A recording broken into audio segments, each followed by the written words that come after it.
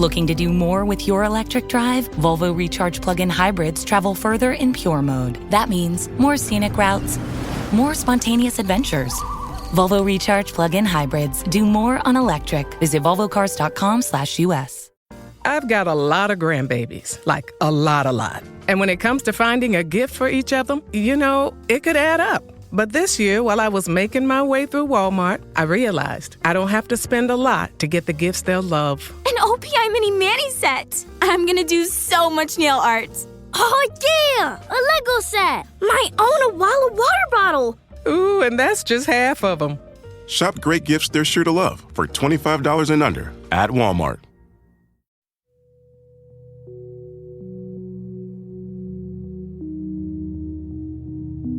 When we're looking at these videos, we're looking at a real wormhole. It's a real wormhole consistent with multiple Defense Intelligence Agency papers about warp drive, negative energy. When we're looking at it, people wonder, what's the difference between a black hole and a wormhole? The difference is there's no event horizon on a wormhole.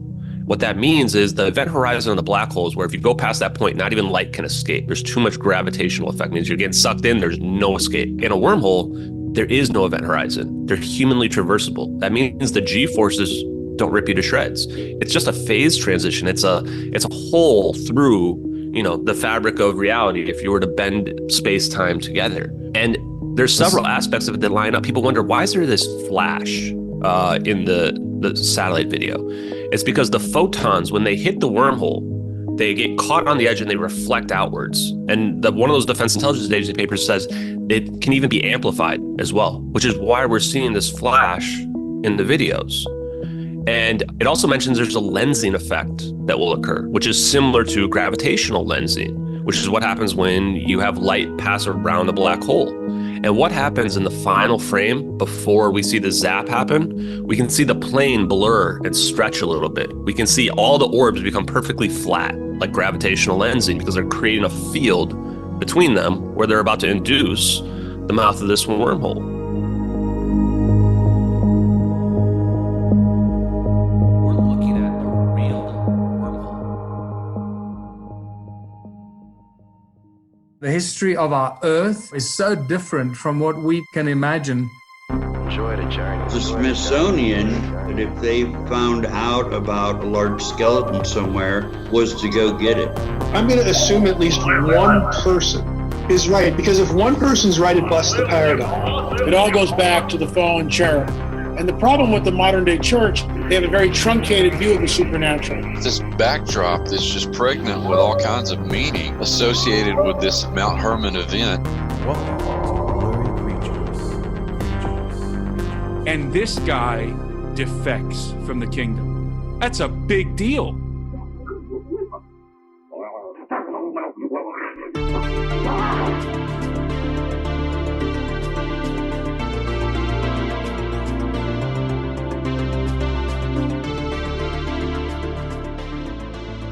All right, welcome back to Blurry Creatures. We got Ashton Forbes back on the show. He's been doing the investigative journalism on MH370, the flight that just went through a portal.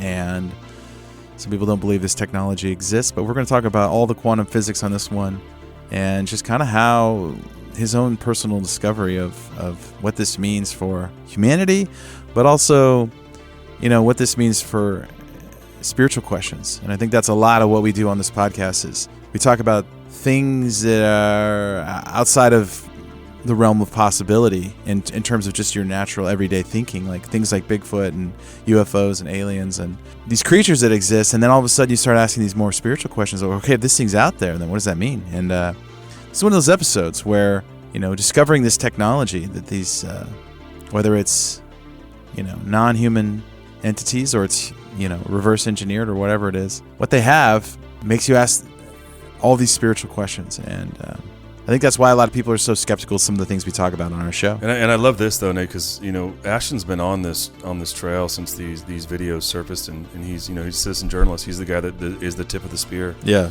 And this is, as I say on the show, is one of the greatest mysteries I think of our time, or maybe ever. How a 777 disappears completely without being found, without the expansive searches, with the way that we have surveillance, of every inch of the surface of the earth. Like, we see our satellites that are part of our military, part of our commercial, part of our civilian, part of the international community, cover every inch of the surface of the Earth, and yet this plane disappeared. And this is the enduring mystery, and he's been on it. We talked to him in December, our first episode where he reviews much of the case. So if you haven't listened to that one, I go to that one first. You can kind of get a taste of what Ashton's working on. He's on X or Twitter. He's doing his investigation in real time. And he's had a lot of interesting discoveries since he, in December, said he was going to take a break from it, and he's back at it. But he's found a ton of documentation, a ton of science behind what he and everyone else is able to see on video of this plane disappearing. And then we address the debunking attempts on this, but also the implications of what this may mean as far as technological advances that exist in the military-industrial complex, in the black ops, in the defense contract areas of shadow places of the U.S. government. And this is a wild ride. And this get your science and your science cap on, because Ashton's going to jump into some advanced scientific principles, but this is all stuff that has been around for almost 100 years or more. Yeah, and yet we may be seeing all of this being used in real time as you know, in this event, and perhaps since. Yeah, a lot of weird stuff in this one, and I know some of the science is above a lot of people's heads, but try to pay attention to just what this means. And if you want to be a part of what we're doing here, blurrycreatures.com/members. Become a member of the show. Help support Luke and I doing this and finding these stories and curating these these episodes into a sort of just a form that you can understand and wrap your mind around, and add all the trimmings, the music, and everything else. It takes a long time to produce the show, so everyone who's a member helps us do what we do. And if you want to get an ad-free experience, you also get that with the membership. You don't have to listen to ads. We throw you right into your own private RSS feed, so you get it right how you're used to hearing it. And lots of reasons to join. We got Squatchella coming up on August 3rd. You can hang out with us, and I think sounds like Ashton's going to be there talking about these things. So lots of reasons to become a member. blurrycreatures.com is the hub. And let's get Ashton on this one.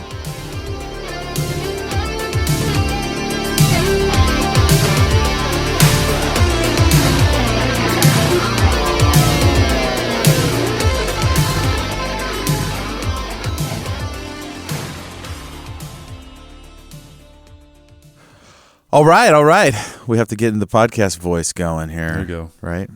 All right, welcome back to the podcast, Ashton Forbes. We did an episode, I think it was episode 212, the Malaysia Airlines Flight 370, and we did a whole extensive interview on that, but that was back in December, and this is one of those cases where more information comes out every day, and I think a lot of people, we just did a crash course the first time, so welcome back to the podcast, welcome back to Blurry Creatures, and love to kind of get an update on where things are. As you know, we like this when people are dedicated to one rabbit hole, because Luke and I we're in several all the time, and so it's hard to bounce back and forth. So it's good to kind of go back to talk to you about this, because there's been so many updates, and I know a lot of our listeners want to hear it. So thanks for coming back on Blurry Creatures, and we'd love to hear kind of where things are, and as much as you can remember kind of our last interview. And I know you've done a ton since, so. Yeah, and I was going to say, we talked pre-roll, Ashton, and because this thing is spun back up, and I noticed, from the peripheral that you're doing, you're back at it. So, and we were joking about how there was an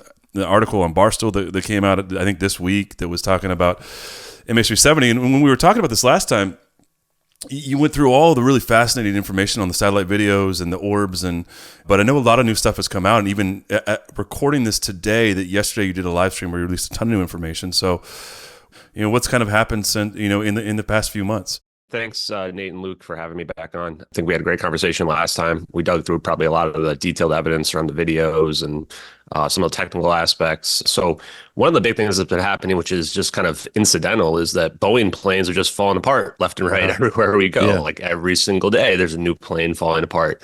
And I think that people kind of look at that and now they go, well, remember this 10 years ago, we had this plane also disappear. Wasn't that kind of strange as well? So part of that's brought it back into the zeitgeist a little bit and made people think about it a little bit more in terms of what may have happened to this plane. But the real thing was that, like the additional attention. I had retired from the case on the 10-year anniversary. I was over it. I was over the toxicity, everybody out there trying to call me a grifter or a liar or whatever, trying to, chase from this case. And the truth has always been that I've just been a normal guy that saw the most incredible videos ever and realized that I can't let them go, because the more important something is, the bigger the implications are, the more we are owe it to look into it and dig into it. And we shouldn't just dismiss it out of hand. And the implications of the MH370 videos are potentially the most important videos of all time. And the reason isn't just because there's this missing flight that mysteriously disappeared, which is just literally impossible. Planes don't just disappear in 2014. Yeah. But it also then comes to the science aspects. Over the last 5 or 6 months since we last talked in December, I've been reading scientific papers every single day. I have found more information about the science that's been suppressed from us than I ever thought was possible.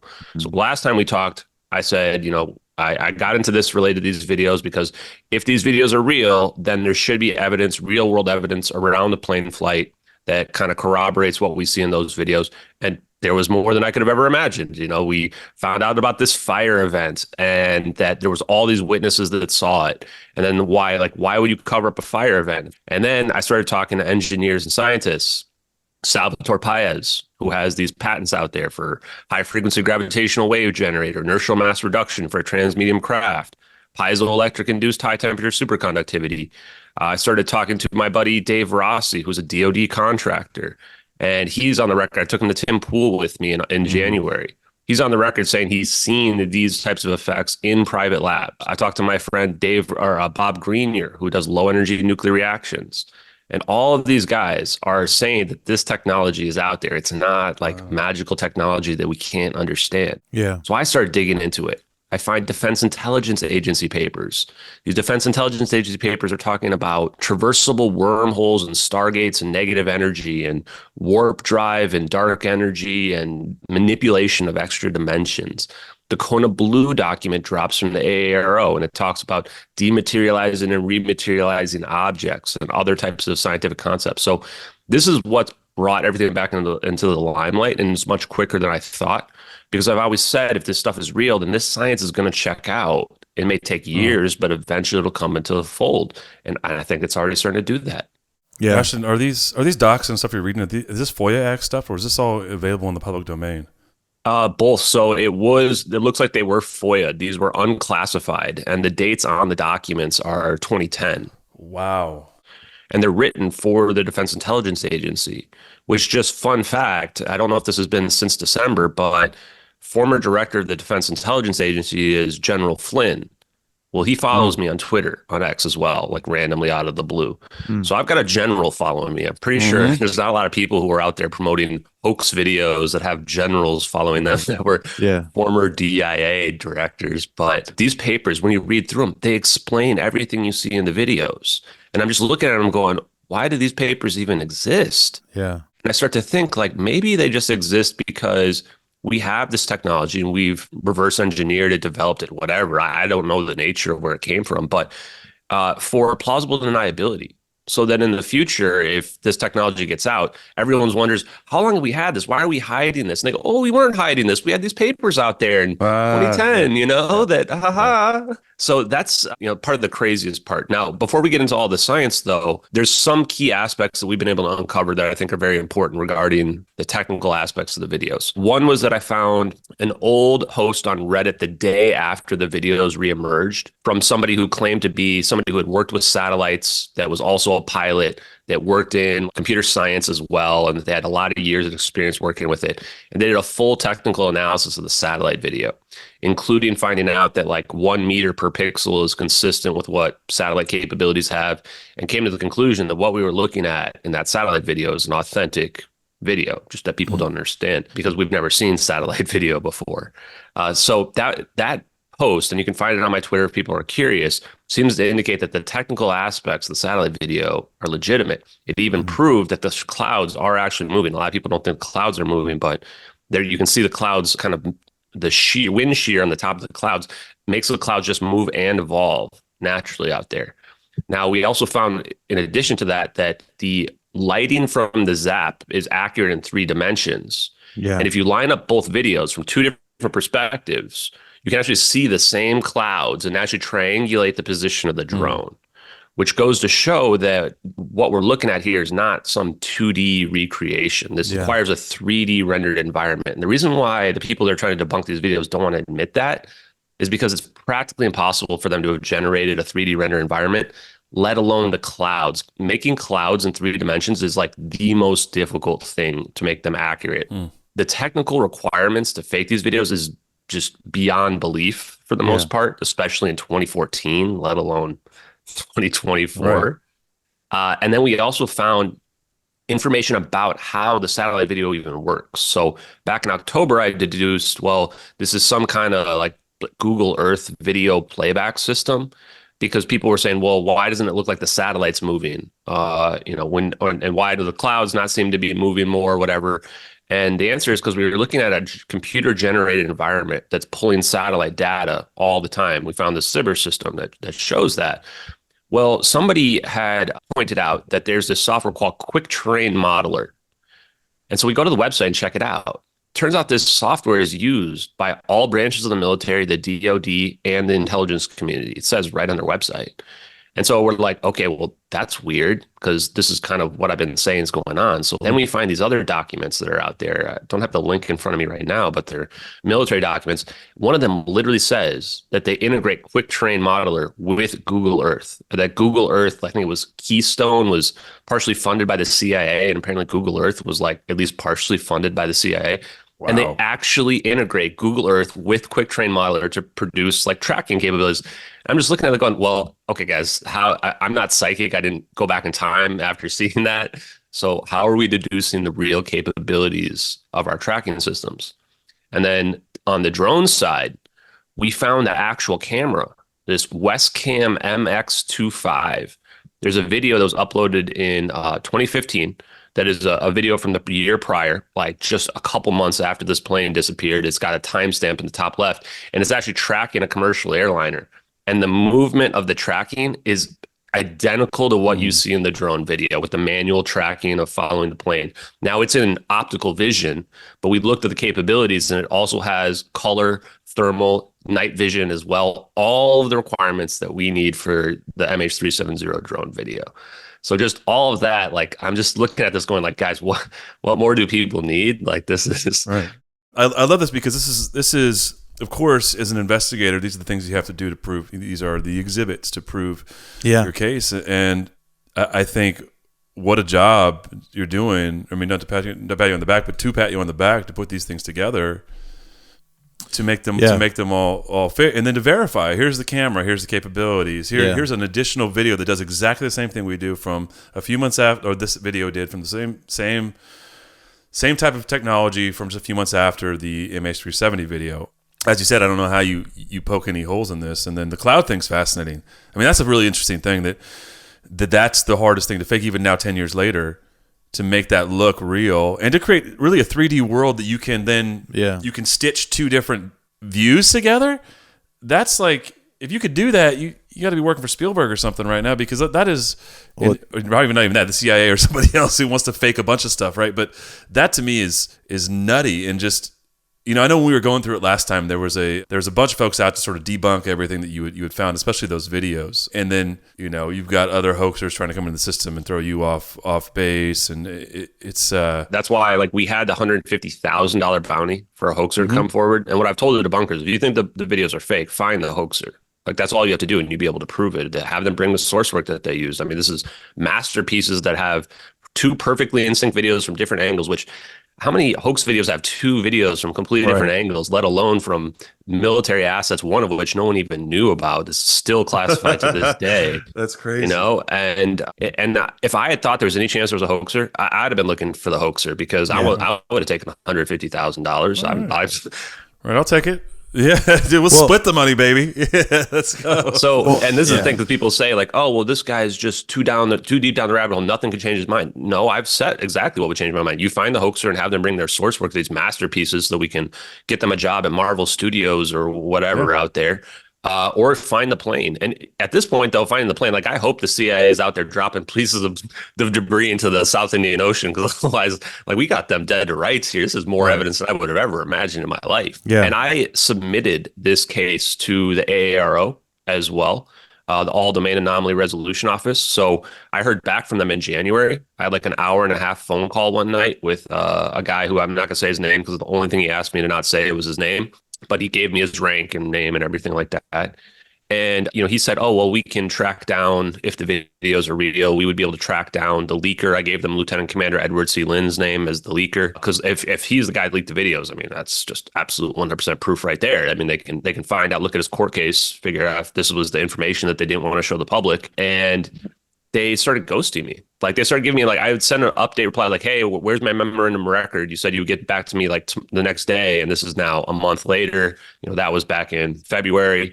And then I'd send them some questions like, hey, I found even more evidence. Like, can you answer me some pretty hard questions here? And they say, yeah, we'll get back to you those answers next week. And then another month goes by, Finally, I get a response back from them, which I like to read because I think it's just mind-blowing. Like, this, in my opinion, this response should be probably one of the biggest updates ever in MH370, not just related to this case, but just in general. It said, Mr. Forbes, and this was April 11th, 2024 here. So this was over a month ago. This is the last response I've gotten from them so far. My apologies for the slow responses. AARO is researching several topics at the moment. Some of AARO's initial research into MH370 has revealed the U.S. government's search efforts after the airliner disappeared from radar. I believe the genesis and authenticity of the videos may be helpful. Can you confirm the date the videos were posted to the Regicide Anon YouTube channel? And yes, a quick follow-up call may be helpful. And since then, I followed back up with like 4 emails like, hey guys, what's going on? Like, you wanted to talk to me more.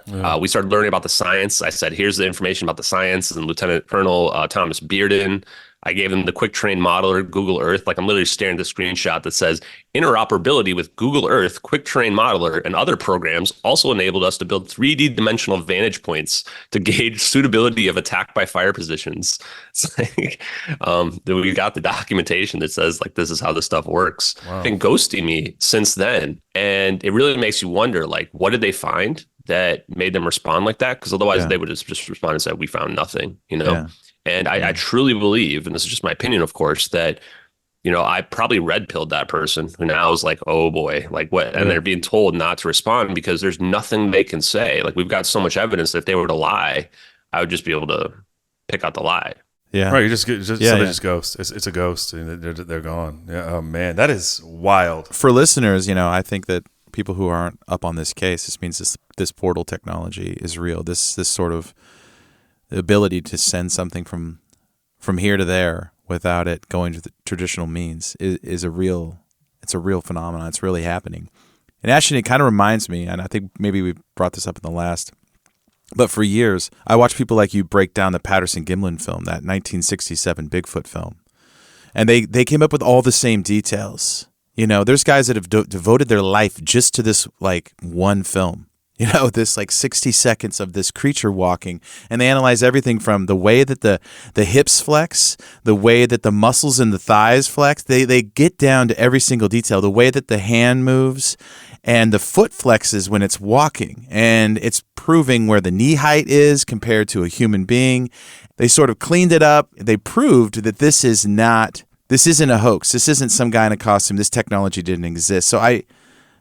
But they're still skeptics, Ashton. So it doesn't matter how much work you do. There's just this part of humanity, the skepticism will stay, and you're sort of doomed the rest of your life. I hate to say it, but you're not going to be able to convince half of the people out there. No, so on that point, like, I know I'm never going to be able to convince everybody out there, and I don't try to either. That's why I'm not out there trying to change every single person's mind. The irony is that the debunkers say, well, nothing will change your mind, and I tell them exactly what would. And the reality is, for them, nothing would change their mind. It literally wouldn't matter. I've had several of them say stuff like that. No matter what I say, they would never believe it. Even if AARO came out And the debunkers are the ones that were, cheering rah rah when AARO came out and said, we're not hiding extraterrestrials or other stuff like that. But if AARO came out and said these videos are real, they would immediately do a 180 flip and say, no, AARO's full of crap. Like, oh, of course, right? And now it's a psyop. They're just, that's 100%. This is the world we live in, Ashton, where even when someone tells the truth, it can't be the truth because it essentially destroys your paradigm and all of your presuppositions. And I do love that, and I point out to our listeners again that your intent here is to find the truth. It's not, you don't have an agenda. And if you could debunk this and say, hey, this is all a hoax, you would do that. This is a labor of love. There is no incentive in this sense for you to take all of the public hate and ridicule and deal with all the things you deal with in this case to perpetuate something that you don't believe to be true. And on that front real quick as well, like I'm risking my job at this. I make a decent amount of money. I have a good job that I do right now that I always had, and to show that like I'm not even like a conspiracy minded guy. Like I'm not a flat Earth guy. I've been arguing with the flat earthers because I brought up that like I think Tesla was right about the ether, and they're like, well, that means Einstein's wrong. I'm like, guys, relax.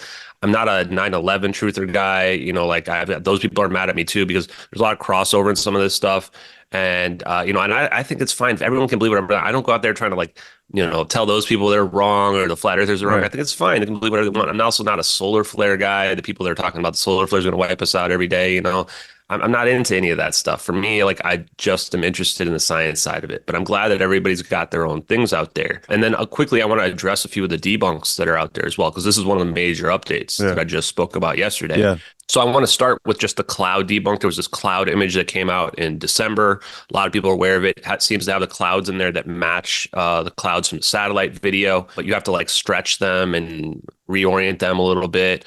And right off the bat, the story makes no sense. Like some 6-day-old Reddit account claims they spent 20 minutes on an obscure textures website, and they were able to somehow, pick out this cloud picture out of the hundreds and thousands of pictures that are out there, which is just impossible. But the strongest evidence against it is what I already mentioned, is that it requires a 3D rendered environment in order to produce these videos. We have videos from two different perspectives. If it was just one satellite video, that would be one thing. You could argue that, okay, yeah, they use a picture. But because of what I already mentioned related to the 3D lighting, the clouds in both videos lining up, perfect synchronization of both videos, as well as the clouds moving naturally. It's not some smudge tool. Like the clouds are literally all over the place, moving naturally and evolving naturally. Completely rules out a 2D picture being used. There's been a bunch of detailed forensic as well that claims that this was potentially used AI. And we found AI tool that can increase the quality of a picture using AI in under 1 minute. We found another picture of Mount Fuji that's a literal perfect match that could have been used. So there's a lot of reasons why the cloud picture makes no sense, in addition to the fact that there's like an update date in the database the same time that the Reddit account was created that found it, which is not how databases work. Like you don't update your system and it doesn't update all the rows out there.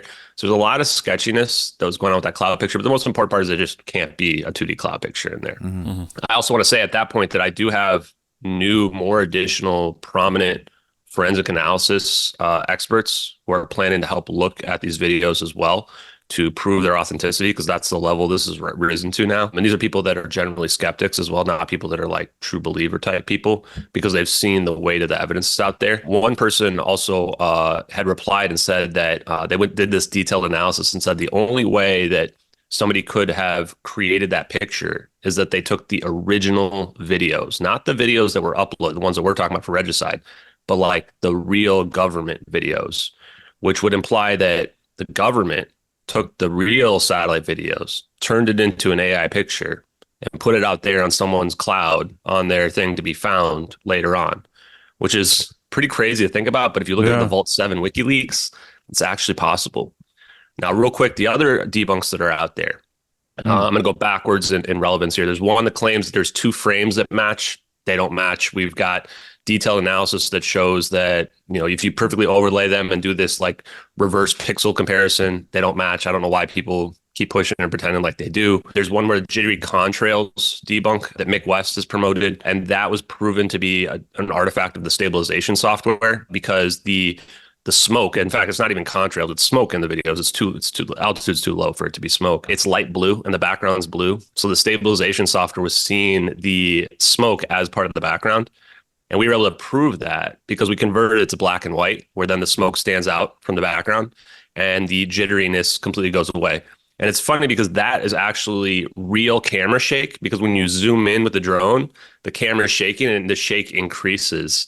So they were actually like fabricating a fake debunk to try to rationalize why there's like accurate real camera shake. Just like if I were to zoom in on my phone, something's really far away. Right. You're a little, just the jittering of the movement of your hand is going to make it. Yeah. Yeah, exactly. And that's the same thing that happens with these drone videos when they're flying around in the sky, because there's, some turbulence, even though they're very stable. And then the last one was the most recent one, this was the bombshell. I couldn't believe what just happened yesterday, is that I was digging back through this Pyromania VFX. This is the video game stock effect that basically everybody has argued was like some perfect match to the videos. Started with a one-day-old Reddit account that posted it, that seemed to remember having seen it.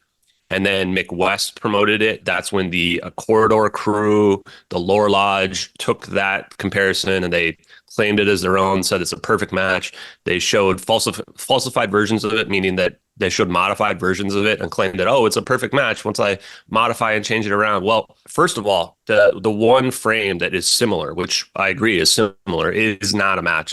If you look at the middle, it's not even the same. The edges don't line up the way they need to line up. But what we found was that I went back through the history of it, and I went back to that old post on Reddit, went back to the link, and I looked at they have these thumbnail images at the top that are of the pictures, still frame pictures of the assets. And I looked in the bottom right, and I see there's the drone zap, like the actual zap from the drone video, not the asset, but the drone zap, the one frame. And next to it is the one frame from the Shockwave asset that people have claimed is a match side by side there. And I go, well, that's weird. Why is this comparison out there on this archive link? And I look at the dates of the archive, and nobody had ever put this together, but this was uploaded January 25th, 2023. Well, the videos didn't reemerge until August of 2023. Outback Steakhouse's Great Barrier Eats are here for a limited time. Dive into tasty twin reef shrimp, a sizzling bloomin' French onion sirloin, and our signature beef and reef platter. How do we do it? We wrangled seasoned scallop 2 clicks below sea level, tracked tender sirloin 14 days through the bush. No, yeah, and I just boiled this pasta, don't you know? Thanks, Tom from Minnesota. Great Barrier Eats, here for a limited time at Outback Steakhouse. No rules, just right. So what this proved is that somebody had planted this out there in January, 8 months before the videos got big, and had the debunk comparison already ready to go back in January. Nobody had ever brought it up. The Icy Slide account never mentioned this. McWest never mentioned this. Nobody ever mentioned the fact that it was clearly planted out there, ready to go. And I see that, I do a stream about it a few days ago. I made a post about it 2 days ago. And I'm going, holy crap, this proves that this was planted out there, that this had been set up. It wasn't a situation where somebody just found it in August when the videos got big. There shouldn't be a little box there that has the drone zap in it with the comparison. So then the craziest thing happens. So a day goes by after I make that post. I go back to make a follow-up post, and I go back to that link on the archive, mind you. This is the Internet Archive. It's not there anymore. It's gone. What? I look at it, I'm like, how? I thought I was going crazy. I was like, wait, did I click on the wrong link? I'm looking back through all the links. I go to the Metabunk website that has the link to it where they're debunking the videos. Nope, it's not there anymore. And I'm going, somebody removed it. Somebody was watching. They saw that we caught it. We saw that we caught them. That shows that this was a pre-planned debunk well in advance. And the reason why this was important is that we wondered, how did somebody find this random asset that if you take one frame and line it up on the edge, that it's similar to the thing? Well, it was already out there. That's why. Nobody did a reverse image search. It was already out there waiting to go. And when they got caught, they removed it. They must have been watching the investigation, watching my live stream or my Twitter account. They saw that. They freaked out. We left something behind we should not have had on there. And they went and they removed it. I didn't even know you could remove stuff from the archive like that. Yeah. So this is where I streamed about it yesterday. And the best part was, so then I immediately asked people, like, did somebody change this? Like, I made a post about it, and JK Philly fan in my Discord immediately goes and looks at the history and sees that, yes, in the last day, somebody changed that image that has all these, it's like a collage of the different stock effects. Somebody removed that out of there. And now it's back to presumably what it was originally before they superimposed that comparison on there. And the dates are damning. There's no update between January 25th, 2023 and May 16th, 2024. That was somebody going in there and backing it out. It was the biggest mistake they ever made because it shows that they freaked out. It shows that the asset had been planned out there months and months and months in advance. And it shows that they can also manipulate our Internet Archive as well. Who has to have, so let me ask you the obvious question then. The implications of this, who has the ability and access to do that? And apparently it's only the uploader can do that. Or, I mean, maybe people who are the intelligence community can do that. I don't know. But the bigger question is, why is anybody going to this effort? Yeah. Who goes to this effort to have a pre-planned debunk 8 months in advance, just in case the videos were to ever reemerge? And, you know, nobody has ever had like this level of effort to try to discredit fake videos ever before. Well, I mean, I feel like the same thing happened with several of these famous films in the past. Like I was saying earlier about this, they hired this guy to come out and say, oh, he hoaxed the video. And I'm sure sooner or later you're going to have somebody come out and say, I'm the guy, I created it, and try to put this thing to rest because you've created so much noise around this. And why do you think there is, Ashton, so much skepticism about these videos? I mean, you know, I would say in my mind that the Patterson-Gimlin film changed my mind about Bigfoot. The, you know, Building 7 and the 9/11 stuff changed my mind about 9/11 because there's these few videos that like come out and you're like, and this one is something that grabbed your attention, and you can see something in these videos that you can't walk away from. But why is there's like this huge community of people who hate you because of it? You know, that's a great question. You know, is like, where does that come from? Because people don't act that way unless they have skin in the game.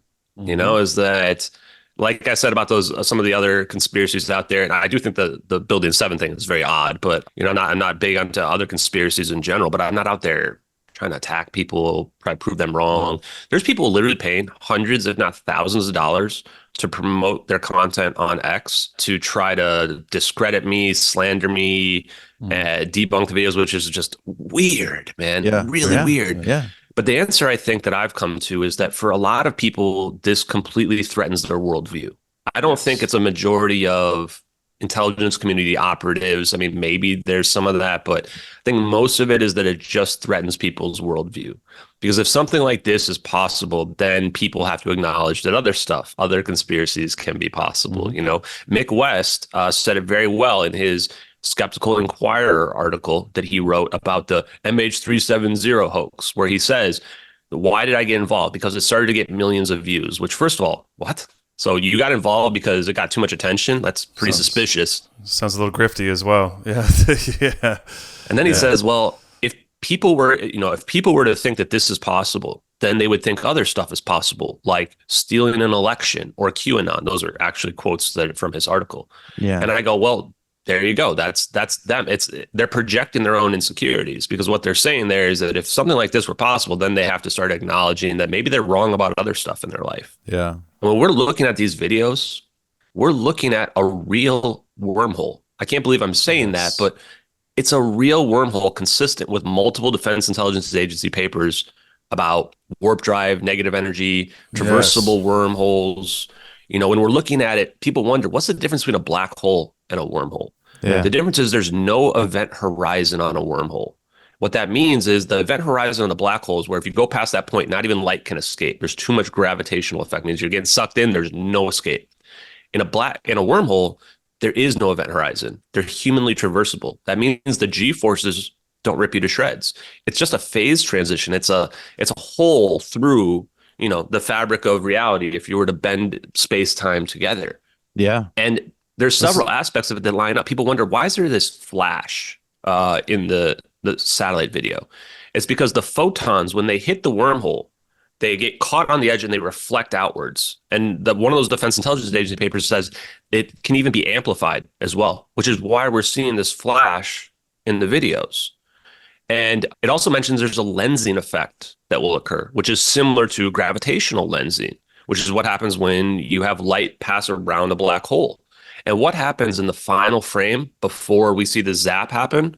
We can see the plane blur and stretch a little bit. We can see all the orbs become perfectly flat, like gravitational lensing, because they're creating a field between them where they're about to induce the mouth of this wormhole. So absolutely wild. This is why, I think it's so important to look into these videos, and this is why it's breaking everybody's brains, because the CNN brain people out there are going, oh, well, CNN didn't tell me about this science. It can't possibly be real, and the reality is it's been suppressed. It's been suppressed in the open.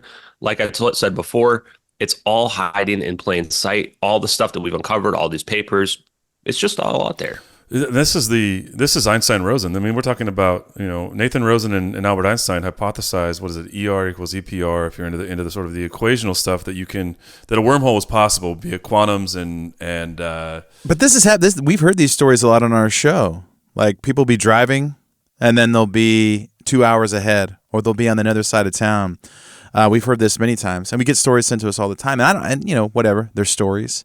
But this week we released and I think it is this gravitational technology, Ashton, that I sort of challenged our guest a couple of days ago, because he was saying this is a dimensional thing. But I feel like, because he said his airplane he was flying, and I think it's relevant to what we're talking about. And then this UFO came up, flew right next to him. And he says, it helped him land. And then he had a 2.5 hour, 3 hour time gap between.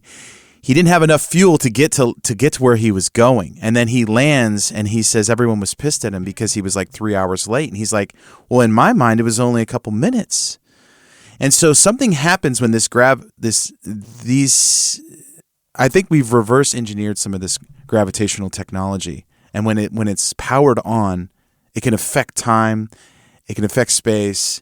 And I wonder, basically what you're saying is this plane is somewhere. It went from here, and it's still somewhere else. They parked it somewhere, or they hid it somewhere. It didn't just go from here and then it went from somewhere in the world to another place in the world, is what you're saying. And those people could be alive. It didn't go to like some other dimension, and then it's gone forever. Or it didn't come back.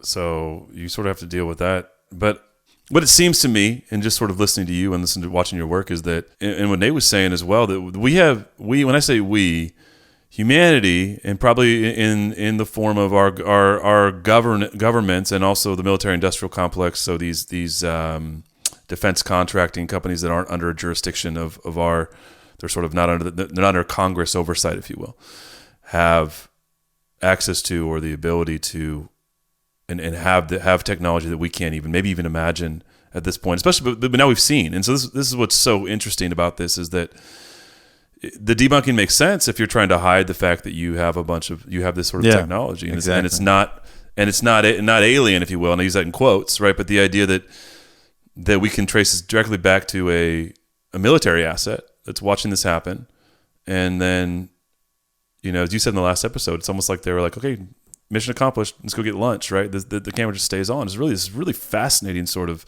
scenario. And I know you've been diving deep in the science, but what initially my thought is, like, there's a science that exists, and it's been hypothesized by great mathematicians and physicists like Einstein and Nathan Rosen. But this is actually not just, we've gone from the realm of theory to, it would appear, to the realm of reality. And so what else have you discovered as far as this? Because Nate said, like, in that story with Gary Stearman and other stories, there's this time slippage, but they end up where they were going. Like, he was flying to Lubbock. Yeah. He just ended up 3 hours late with not enough fuel and somehow got there. And then we've got guys that have sort of these they believe to be UFO or alien abduction experiences, and they lose whole tracks of time, but they stay on track. They don't flash and then are gone, and there's no plane for now 10 years, which is a different, really different scenario. Yeah, great points. And time dilation is real. So if you watch the movie Interstellar, you learn about, that's when I first learned about time dilation. I went, wait, what? Yeah. Space-time is a fluid. And it can be manipulated. And when you start to realize that space and time are one and the same, which means distance and time are interrelated, then you realize how something like what you guys described, missing time, can happen. Because from your frame of reference, like imagine if you were to go through a wormhole, or if you were to achieve superluminal faster than light speeds, you're going to experience a time dilation effect, which means for you, it's like going through a doorway. You're just on the other side. From your time perspective, it feels like no time passed. But from the perspective of the people, the outside observer, from their frame of reference, you showed up a few hours in the future, a few minutes in the future. This is a real proven thing. And if you think about it, when you have those types of extreme events, then people go, oh, what about the show Manifest? Is the plane going to show up 10 years later? Well, I don't think you're going to have that extreme of a time dilation effect, but it wouldn't surprise me if there was a few minutes or even hours that went by when this plane goes through a wormhole in one spot and appears over here somewhere else. So time dilation is absolutely real. There was even like a 1970s case that was very similar to what you mentioned around that pilot, where they got somewhere faster than they should have been able to, given how much fuel they have. And there might be like these type of gravitational anomalies that are just in the sky that due to the Earth's magnetic field and specific solar conditions that make that happen. I don't know. Yeah, I was going to ask you if you feel like that it can happen in nature sometimes randomly, because so many stories would suggest that you could drive through some sort of portal, not even know it's happening, and then you're like, wait a minute, how did we get here? Yeah, to a minor degree, I would expect it's maybe possible. Again, I don't know for sure, but when I see it in two military videos and like the highest quality videos that are in thermal that show the heat signatures of the orbs, then we can actually start to explain some of the science. But before I do that, a lot of people say, where'd the plane go? Right. And I think they think they warped this plane to the west. And the reason why we can figure that out is when we look at the plane with the orbs spinning around it, if you look at it from the front of the plane, the orbs are spinning around in a clockwise formation. So if you take the right hand rule, pointing vector, and you take your curl is your fingers on the inside here, this is your magnetic field of the orbs curling, and you take your electric field or your electric and it's going downward, that means the vector potential is going to be our thumb, which means it's going to be going backwards based on the orbs spinning around in that clockwise formation. And we can tell that's what happened because when we look at the frame right before the zap and the frame as the portal wormhole's opening up, the plane's pulled backwards slightly. We can see the tail sticking out of it a little bit. So if we can then look at the coordinates in the satellite video, we see that the plane is going to the east based on the coordinate shifts. Well, backwards then means to the west. If you look at a map and you go from the Nicobar Islands and you go compare to the Maldives, that's to the west. And now in the west, we have a B777 fire suppression device that washes up there like 10 days, 20 days later or less. And it had to be empty because this is like a metal cylinder full of fire suppression halon 1301, which is, we've predicted this fire event. There's 20 islanders that see the plane flying low in the early morning hours. And these are people that don't see jumbo jets. They can see the windows in the plane, the red and white stripe of Malaysian Airlines, all get dismissed because they just think it can't be possible. Well, it can be possible if we have a plane that's going from over here to over here. And keep in mind, we have 19 phones still ringing where the families were begging the government to triangulate the phone positions because phones don't ring if you're in the middle of the ocean or if you're underwater or if your phone's dead. So we do have evidence that would say this plane didn't go to the Andromeda Galaxy, didn't go to the moon, didn't go to another dimension.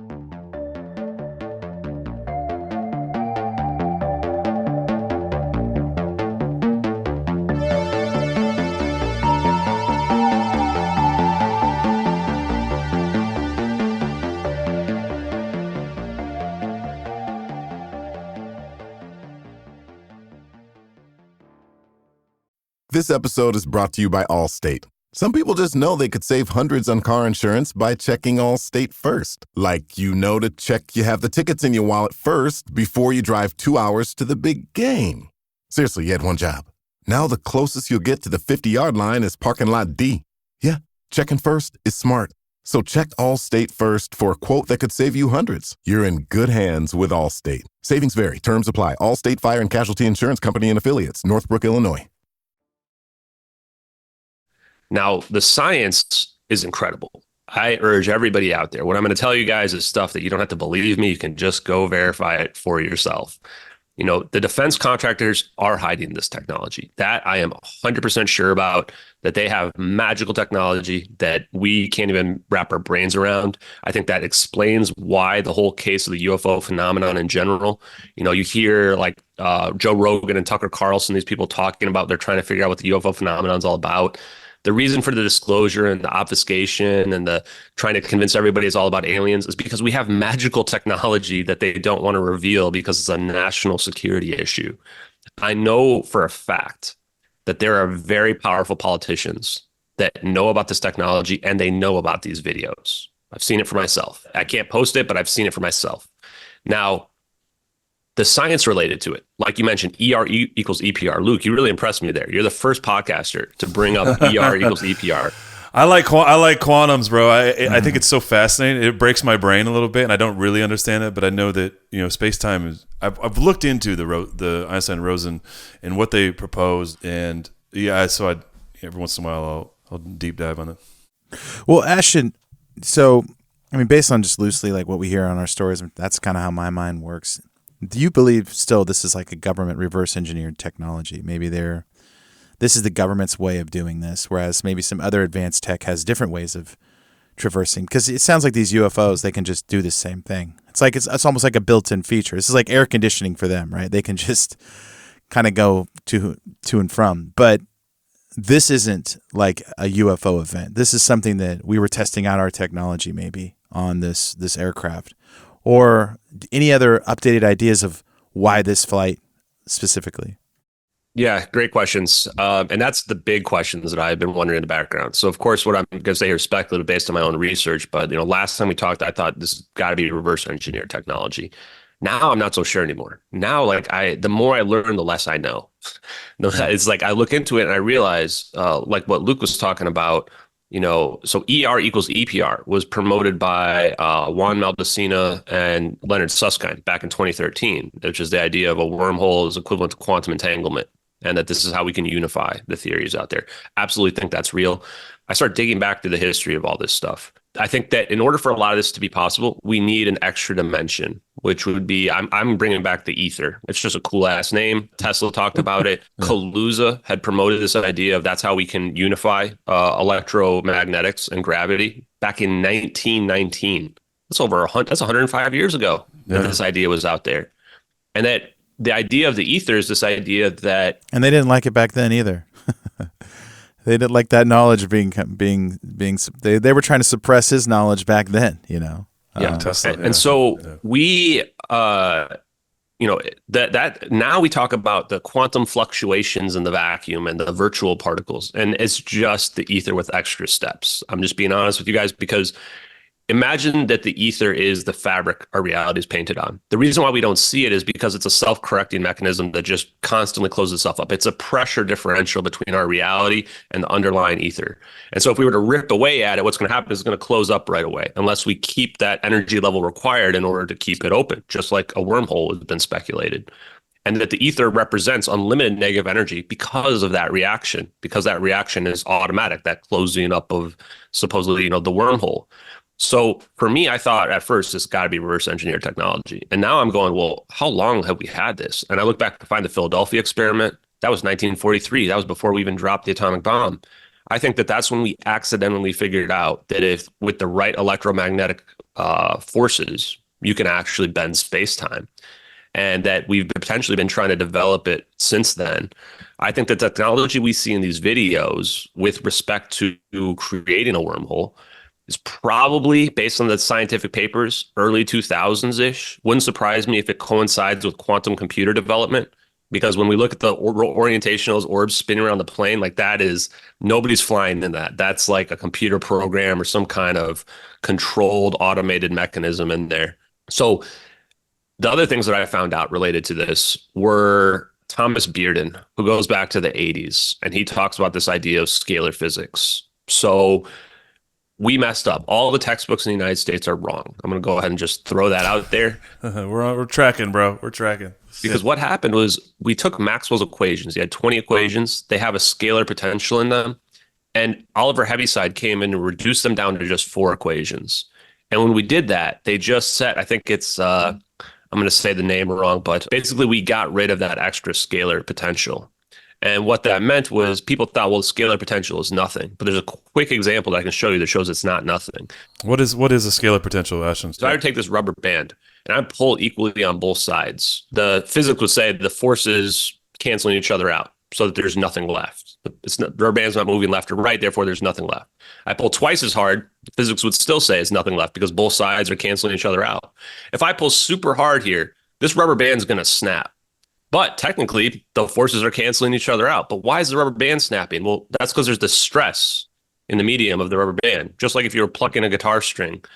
What is the stress in the medium of space-time? Gravity is. So when we rewrote the equations, we wrote out gravity manipulation. We said, well, we just cancel the forces out and nothing's left. But there isn't nothing left. The scalar potential is the stress in the medium. Gravity manipulation. Mm-hmm. That's what we lost. Anyone can go back and check this themselves. They can go look at the numbers. They can go look at the equations. Thomas Bearden talks about them all the time. I'm looking at a paper in front of me right now from Hal Puthoff, where he's talking about it as well. This is what we forgot. It allows everything that we're doing right now. The simplified equations allow for all the electromagnetic stuff that we see streaming, people watching this right now. Yeah. It just loses the capability of gravity manipulation. So this is what we've been hiding. There's a lot of people out there that look into Thomas Bearden and they're realizing that the science he was promoting is real. And that, some people are doing earthquake stuff like Dutch synths out there. My other buddy Into Thin Air is doing looking at weather manipulation, because these types of things can actually, mess with the ionosphere, do really. Is that like HARP? Yeah, like HARP as well. And it comes to this idea of what you do is you can cancel out the electromagnetic wave. So if you create an electromagnetic wave and a perfect opposite of it, where the net forces are zero, like we pointed out with, the same thing as with the rubber band, then what's left is you have something that's left that can't be detected using an EMF reader. But it's not that there's nothing there. There's still that scalar potential. And if you can create a scalar beam and shoot that out, it looks like there's nothing there. But if you take two of them and you interfere them in an interferometry zone, then you have constructive and destructive interference. And what happens is you can produce energy at a distance or absorb energy at a distance. Thomas Bearden called it a cold explosion. When I saw him talking about cold explosions and scalar interferometry like that, I went, holy crap, we're looking at it in the MH370 videos. A cold explosion is an endothermic event. We're looking at that cold absorption of energy in the drone video. We're looking at what Thomas Bearden talked about. That's right. Yeah, because it's thermal. Some of what you're talking about is that the video is thermal, so you see that the place the plane is heading is super cold. Yep. Yes, this is why, because it's absorbing the energy from one location and it's going to reappear somewhere else. A wormhole. Yep. Wow. So, dude.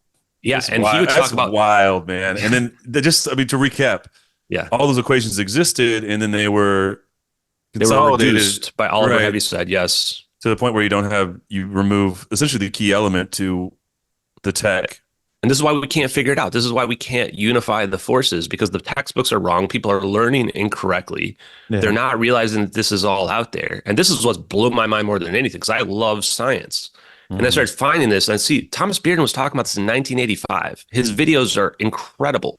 He's speaking off the cuff, deep into the science. He's a lieutenant colonel. He was an engineer that worked on the private labs.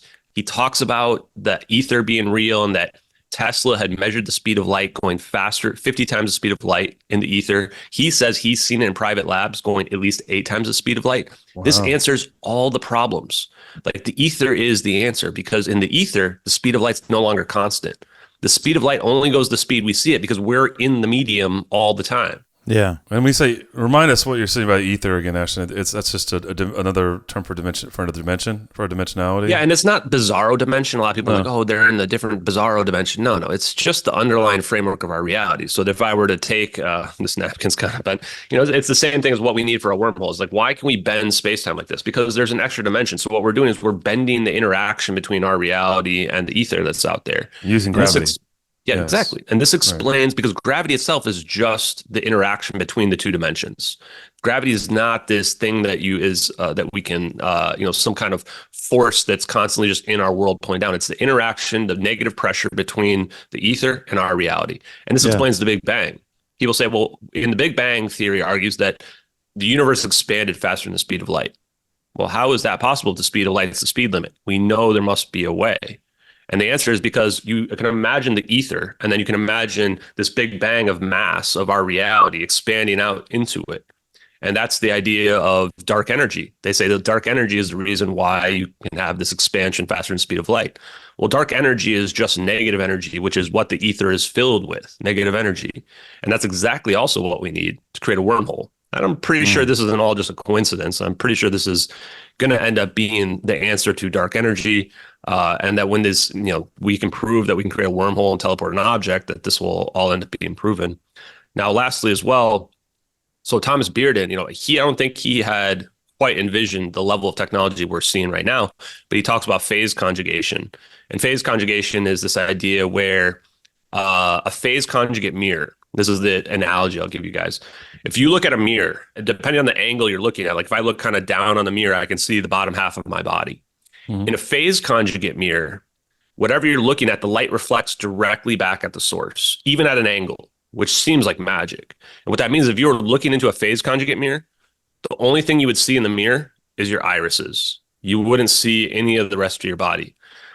So it means the wave propagates directly back at the source, no matter the angle, which is very weird. But this is what you need in order to create these types of scalar beams, scalar waves, that scalar potentials to transmit them, and that you can use a laser in order to accomplish that as well. Now, phase conjugation is what we're seeing in the videos. Thomas Bearden even mentions it, is that you create a 0-point system. A 0-point system is like two vectors that are canceling each other out. Same kind of idea that we have with the rubber band, but just the opposite. But he says the other kind of 0-point system, it doesn't have to be a line like this. It can be a triangle. An equilateral triangle is a 0-point system, because if all of your orbs in this case are aimed at the center of the mass of the plane, the net force is zero, exactly zero. So what we've got going on here, one could argue, is a scalar interferometry that's occurring, which is that you have, instead of like two radars on the ground shooting up and creating a cross section, or two satellites shooting down, creating a cross section, you've got three orbs in a triangle formation, creating a cross section directly at the center of mass of the plane. And what are they doing? They're creating a force, a bubble around the plane. And that's why they're mapping the plane when you see it circling around it. They're trying to figure out exactly how strong the force has to be to create that bubble around. They're acting as the pump waves, the phase conjugate pump waves.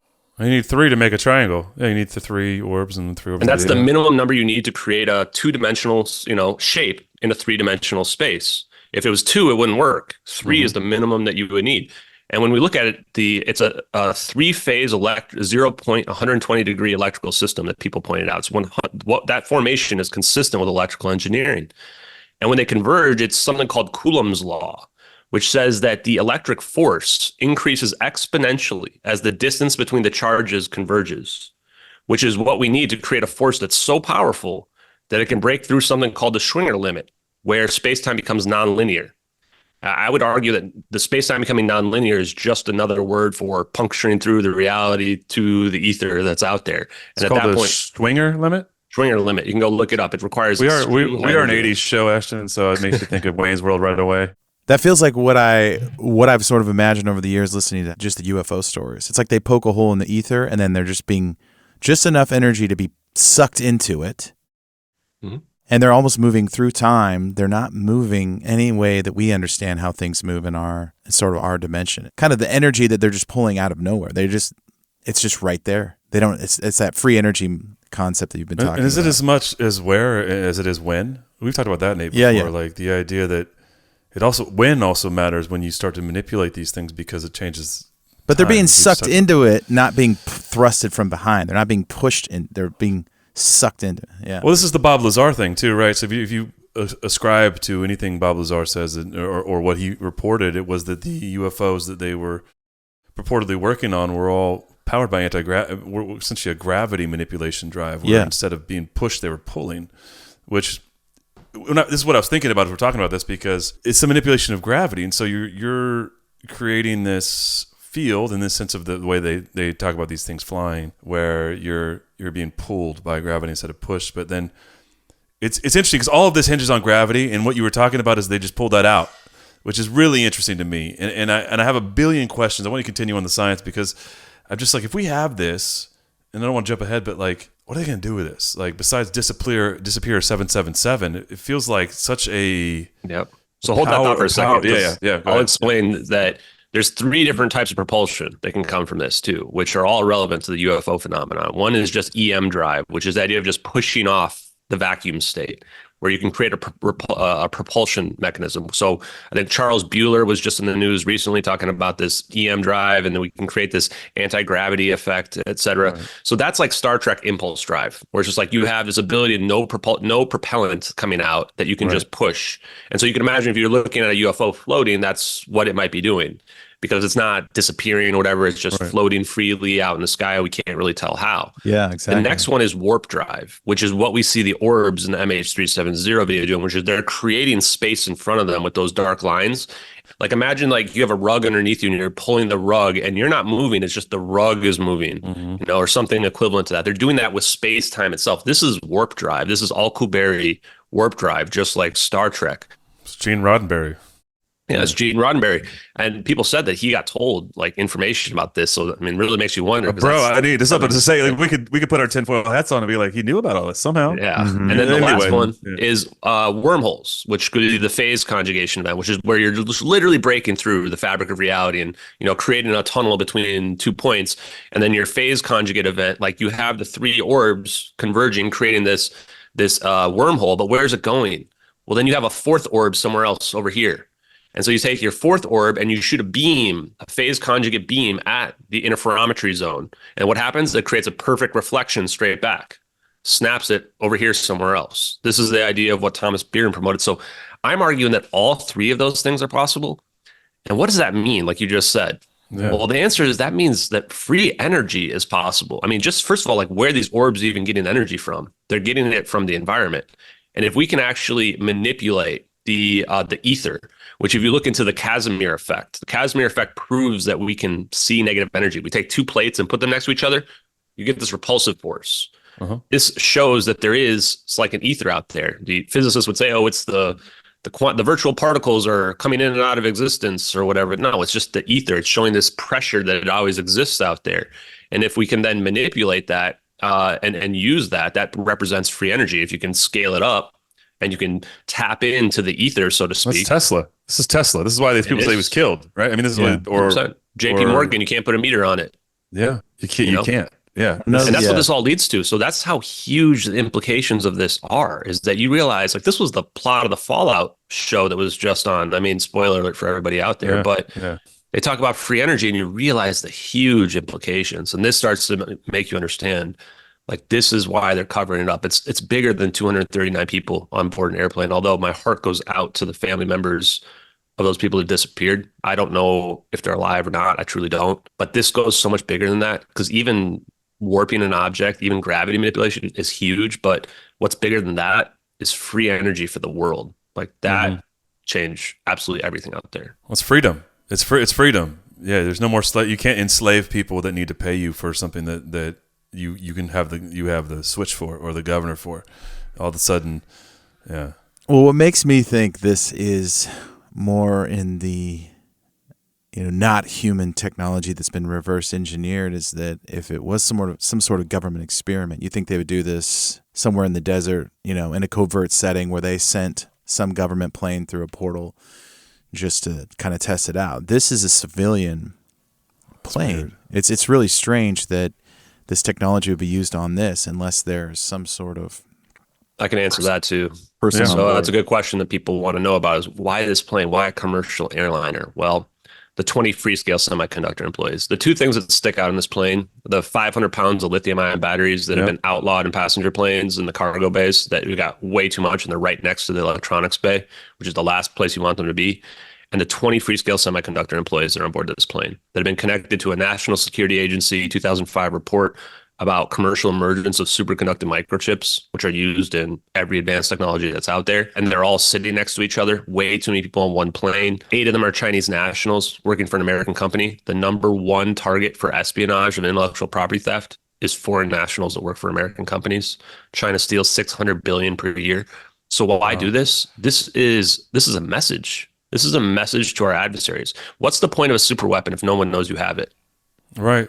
Well, that was going to be my question, Ashton. Is it okay? Yeah, they're showing we're not admitting to it, but if we have all this, are we using it right now? Because this is the trump card, if you will. Like we can do all this, and and I'm saying the government, because I'm not saying this is the American people. We need to. hopefully getting woken up to this. The same way we have whistleblowers that are in a lot of these things. This is that sort of situation. But is our government and the U.S. government using this to manipulate geopolitics now, or do you think we're just sitting on it? Other than just this video, which of course plausible deniability, and there's this huge international event where everybody goes looking for the plane, etc.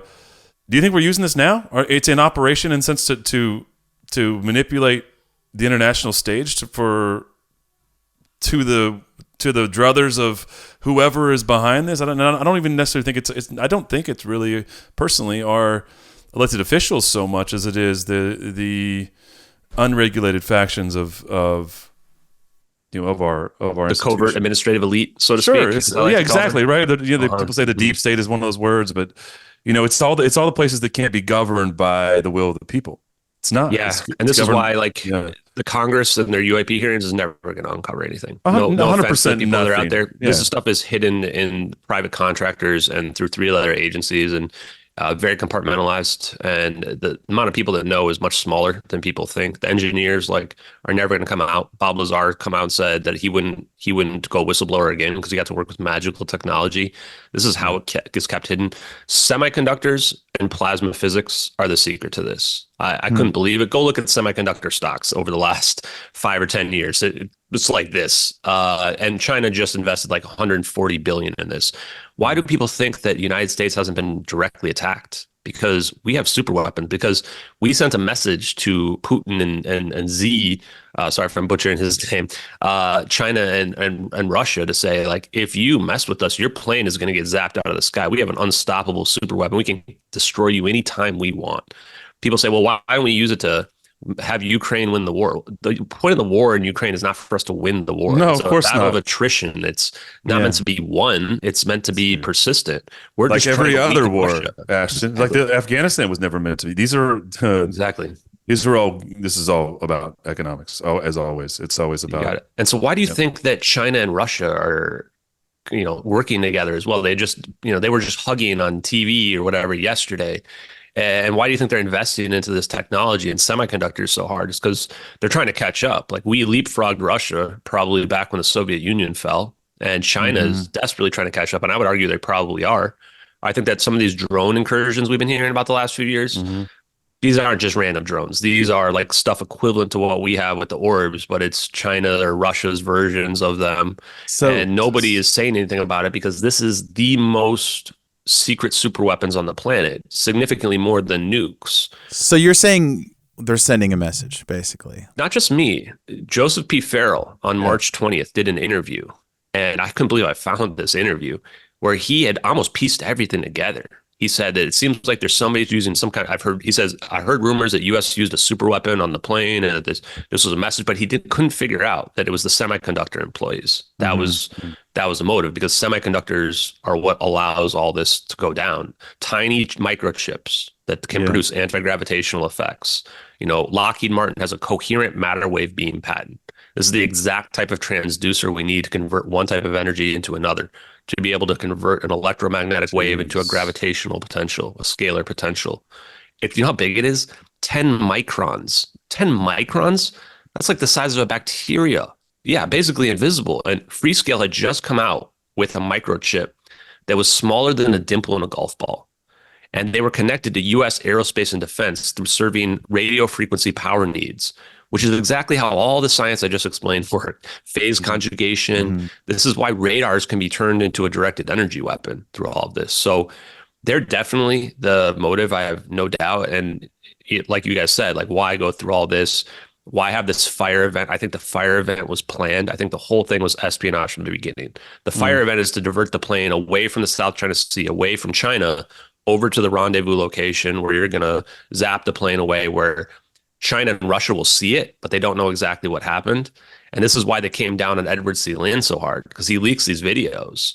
And the United States government goes, holy shit, he just leaked exactly what we did to China, showed them how it works. If I can reverse engineer this technology from looking at these videos and I'm just a random dude, and China and Russia's scientists and intelligence agencies have already probably figured it out. So they thought Edward C. Land was a spy. I mean, I would think he's a spy if he leaked these videos as well. And then they find out, like, no, he was probably just a normal dude who was trying to get the truth for people, because he's like, no one's going to believe that this plane got warped away. And this is why China doesn't say anything either. China probably knew, Russia knew. If they go on TV and say that United States used a warp technology to wormhole the plane away, everyone's just going to laugh at them. United States intelligence agencies would have all the media and CNN laughing at them, saying how they're spreading disinformation and all this stuff. Wearing their tinfoil hats. Yeah. How does this? Let me ask you this then. I mean, you come to sort of through all the science, and you come to what I think is a very, very rock solid, evidential based conclusion to this. From a philosophical standpoint, how does this change your perspective on reality? Because the realities of the truth, and this being the truth, creates a whole new paradigm and set of scenarios, which I think are pretty terrifying. And just personally, but I wanted to ask you because you live this. The best coast just got better. Introducing Ovation of the Seas, sailing from LA next summer. Conquer record-breaking thrills on the biggest ship in the West, like skydiving, bumper cars, and flowrider surf sessions. Plus more than 15 dining options available on board. All between discoveries in Ensenada and even overnights in Cabo. You've never done Mexico like this. And it all begins June 2025 from Los Angeles. This is the boldest way to Baja. Come seek the Royal Caribbean. Itineraries vary by sail date. Ships Registry Bahamas. Great question. And you remember how even now people are afraid of nuclear war. Sure. And in the Cold War, my parents would tell me that everyone was, super afraid that we were going to drop nukes and that it would all be over. This is exponentially more scary than nukes are. This is a situation where you can imagine like an ISIS terrorist has access to this and they can blow up the whole planet. And you have all it takes is one suicidal person to blow up the whole planet. Everyone's going to freak out. This is very deeply troubling. This is why also Tucker Carlson also talked to Clayton Morris, and I went on Clayton Morris Unredacted a couple months ago, and I actually asked him, like, what was it? Both of them didn't even want to talk to their families about it because it was so dark, the phenomenon. And Clayton said something about the abduction phenomenon, which certainly is dark. But to me, what's darker is the idea that we have super weapons that make nukes look like little child's toys that can wipe out anything, and that the media is completely controlled by the U.S. government, and they can convince the whole world that it was some nonsensical suicidal pilot situation that there's no evidence for, that the flight path contradicts, and the fact that they have that much control over people's minds is very scary. And then the spiritual aspect as well. Like I don't think it's the religious people that have any issue with any of this. A lot of people think, the religious people are holding back the UFO disclosure because they think it's demons and angels or whatever like that. No, the religious people right away are the ones that gravitate towards this because it proves that we live in a construct. If we have this ether, this idea of the ether, then to me, the only explanation is the holographic principle in physics, which is that I don't like the word simulation because I think it cheapens the idea of life. But that there's an idea that our reality is a construct that goes by a certain level of rules and code that we have out there. And to me, that means there's a creator. And so this is why, like, as somebody that I went from being in college to being an atheist to then becoming agnostic, and then now actually becoming more on the spiritual side, I think that there's no inconsistency between faith and science at all. And this is why, like you said, that people are pushing back. This is why these videos literally break people's minds because of those three things. It challenges their faith and spirituality. It shows that the media can lie and has more power than anyone could ever have imagined. And it's just extremely troubling and scary. We have people out there, huge people that just said, I don't want this to be real. Because if this is real, like, what does that mean about everything? Have we been lied to our whole lives? The science goes back 100 years. The science is based on astronomical mathematics. There's a mathematical framework to everything that's beyond any human mind, and it's not disorder. It's very orderly and it behaves properly, and we've uncovered that a lot. Ashton, do you have any thoughts of how is this related to a lot of the stories you hear of the UFOs disarming atomic weapons? Does this technology, drum up any ideas of why they would be wanting to do that? Yeah, that's a good question too. So you guys are asking a lot of the big questions that I think about that aren't necessarily related to the case, but it stems from the conclusions of the case. And again, the Philadelphia experiment was right around the time of the Manhattan Project. These things are almost like two sides of the same coin with respect to atomic bombs, and then this idea of unlimited free energy and cold explosions and things like that. And they're all based on electromagnetics. So people wonder, like, how is a UFO crash? If its technology is so advanced, how does it crash? Because it's got its own weaknesses. The weakness is you shoot a radar beam at it And now it's like taking somebody who's on a bike and hitting their handlebars, and then they go down and collapse because of this exact idea of phase conjugation and phase conjugate electromagnetic waves, is that they're using that same technology to float around like a surfer. Same thing as like a surfer on a surfboard. They look like, when you watch them, they look like they're masterfully, surfing through the ocean. But if someone were just to give them a nudge, then they're going to fall over. So I would argue that the thing that disturbs this type of technology and it being able to float freely is electromagnetic waves and electromagnetic pulse, for example, which is what happens when a nuclear bomb goes off. There's a huge electromagnetic pulse that goes off as well. So you could argue that this is why they would react to being able to shut down nukes, is that, well, if they're floating around out there, and then we send this bomb off, it's going to disturb them and disturb their movement. And it might even disturb the whole idea of the wormhole as well. I'm not really sure. I did a post just the other day where I talked about super weapons, and that recently, I think it was in February, that it came out that Russia was putting a nuke in outer space. We're not putting nukes in outer space. Russia's not putting nukes in outer space, but they might be putting a very powerful electromagnetic pulse weapon in outer space, which would have the capability of completely destroying not just one satellite, but dozens of satellites.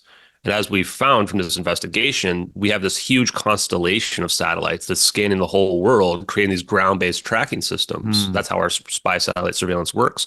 So this represents a giant threat to our surveillance system. If someone can create an extremely powerful electromagnetic pulse in space, that's the type of weapon that we'd be afraid of, because not only does it take out our surveillance capabilities, but also could impact commercial communications. And GPS. This is interesting. This kind of reminds me of the Matrix when they put the EMP out to disable the Sentinels, right? That are trying to attack them.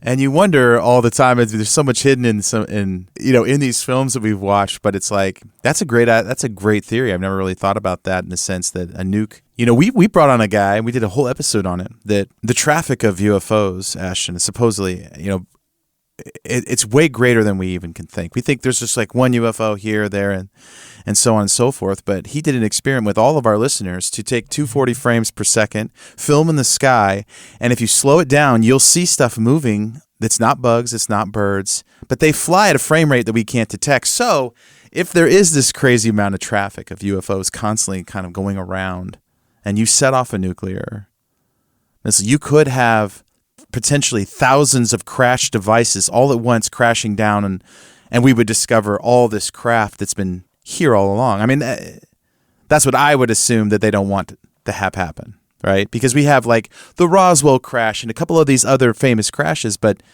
it's just one craft and we can quickly make it disappear. This could potentially be like 1,000 Roswells all at once. I don't know. It's just how my mind works. If we figured this radar capability out with phase conjugation, and that, HARP and all these other things can be used as energy weapons, that we could shoot these things down whenever we want. Yeah. Eventually, we're not shooting them down because we don't want to mess with them or whatever. And then to me, the big question is how many of them are us versus how many, and by us, I mean humanity versus non-human intelligence. Right.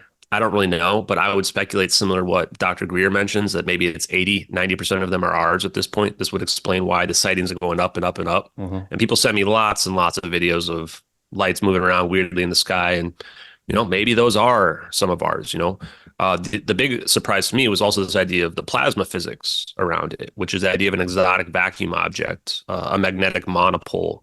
And even the Department of Energy, I found this on Twitter. They posted this image of some of these plasma physics they were showing. And one of them has a heat signature that looks just like the orbs that we see in that MH370 video. And I had speculated early on, we're looking at a plasma field around it. You can tell from the heat signature in the drone video. And the next thing you know, I'm talking about Bob Green here, and he's saying, yep, this is a topological monopole, a magnetic monopole that's creating this. It's extracting energy from the environment. Yeah. It's creating this space around it as well. And they're creating, it's a torus inside there, which is, I call it a donut shape. People get mad at me, but a torus is like a circle. And, like you said, it's this idea of these like universal shapes. Some people call it sacred geometry. I personally don't care what the magic shape is that makes it happen, as long as you just explain to me how it works. Right. And then what they're doing is they're creating what he calls a tor -1, which is they're creating a torus around the plane as well. And that's why they go to being vertical around the plane when they spin around it. Is they're creating a torus around it, which creates the azimuth, the field around it, so that they can zap that plane like that. And so, yeah, once again, the two things that you need for this are plasma physics. And if you were to look at a field of plasma, what would it look like? It's going to look like a ball of light. That's what it's going to look like if you're staring at it. And what do we see out there all the time now? It's like in the last 5-7 years, it's all these balls of light around there. So again, the two things, semiconductors, superconductors, and plasma physics, these are the things that the public really has no idea about. And I think the government wants it that way, where we are just kind of in the dark. We have no idea what's going on there, because the last thing I'll say is that I think this technology is the highest levels of national security just due to its destructive capability. You want us to know, what can this do? I think we're talking about force fields, cloaking technology, potentially medical healing aspects related to this, cold fusion, power of the sun in the palm of your hand, straight up free energy. If you guys watch my Thomas Bearden videos that I've been posting, free energy is possible from this, creating a generator that you can plug in to get it going, unplug it, and it can power your whole house that's out there.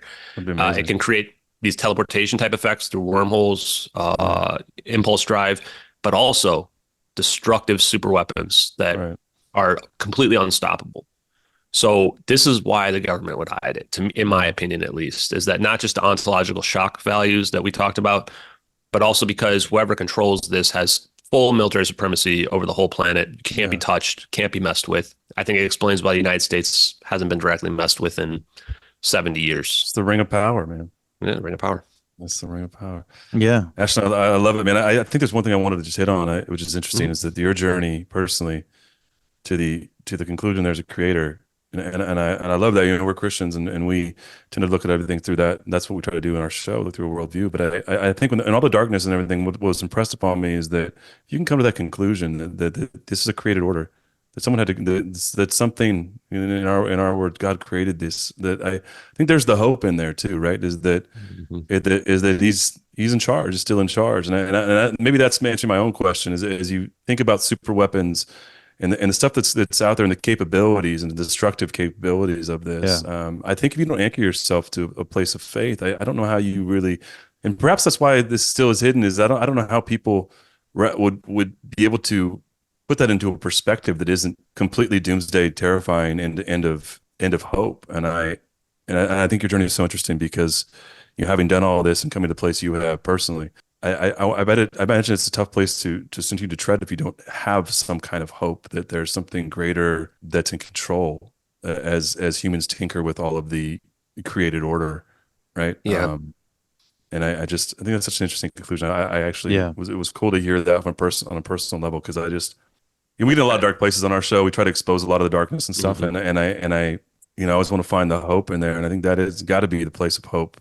Is that we live in a created order with a creator, and in our view, Nate and I's view, he cares about our lives intimately, and that to me is the hope in this. Is all the scary technology and capabilities of humanity destroy itself continue to evolve, or even are here, as you would contend that God's still in control of that. Yeah, I second guess myself quite a lot in terms of just investigation, but more so now about what I'm disclosing and if it's even safe to disclose. Yeah. I'm also a patriot, so it really makes me wonder. I really don't like to hurt the idea of national security out there, especially if these are real. But nobody's come to stop me, so I'm just going to keep going until somebody does knock on my door and say, hey, man, can you stop talking about our super weapons? And there is this idea that maybe this answers the Fermi paradox, which is why we don't see civilizations everywhere we look. Because you can imagine this science is a discovery. This is not an invention. Once you figure out this science, this Pandora's box opens up, and now you get all this technology, the good and the bad, and you can see why then people would want to keep it secret. Because if you can imagine a civilization discovers this, and many civilizations that do just destroy themselves after this, that's the dark side of it, and that's the side that scares people. But like you said, I see the hope in it. I see the free energy. I see that this can change our entire civilization and send us to Star Trek levels of technology. We can eliminate homelessness, hunger. We have 670,000 homeless people in the United States alone. I live in an area where we have one of the biggest homeless shelters out there. I go past them every single day. Living on the streets has an effect on people's minds, and we could end all of this. And I look at that and I go, this, not just that too, but you look at like the protests that are going on. You've got people out there like looking for a purpose, you know, which is, it's very obvious to me that they just want any purpose to latch onto. How about the hope of free energy and potentially building a new civilization? To me, that's a purpose that many people out there, regardless of your political leanings, could latch onto. And that's the reason why I am out here promoting this stuff, because I know these videos are real.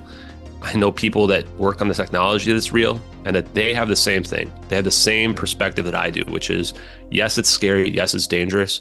But if we get this out there, we can make the world a better place. And that's all I want to do. Yeah, dude. Well, thanks for what you're doing. Yeah, I mean, as you say, you put yourself right in the line of fire, if you will. And thanks for coming on our show and sharing. Looking forward to hanging out in person. Yeah. And getting to hang. But you know, I don't know. You're going to keep on doing it, and we're here for it. So we just wanted you to encourage you to keep on doing it, because I think you are, in ways, this is stuff. Like we are, our country in and of itself was founded on the idea that it's by the will of the people. And I think people that come and expose things, whether it be a whistleblower, an investigator like yourself that is in fact blowing the whistle on this, that is to the will of the people. Like the American citizens deserve to know and know what's going on. That's the fabric of the great American experiment. And we're grateful, man. Keep encouraged. You keep doing what you're doing. Good. Thanks so much for coming back on the show. This story, and you know this, I know you know this, it has the ability to really change everything. And I think it is. I think as it continues to propagate and get itself out there, and the truth continues, the truth will always get out there.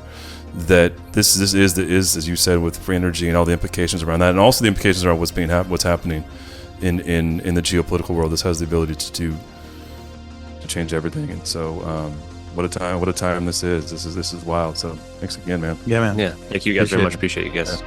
Yeah.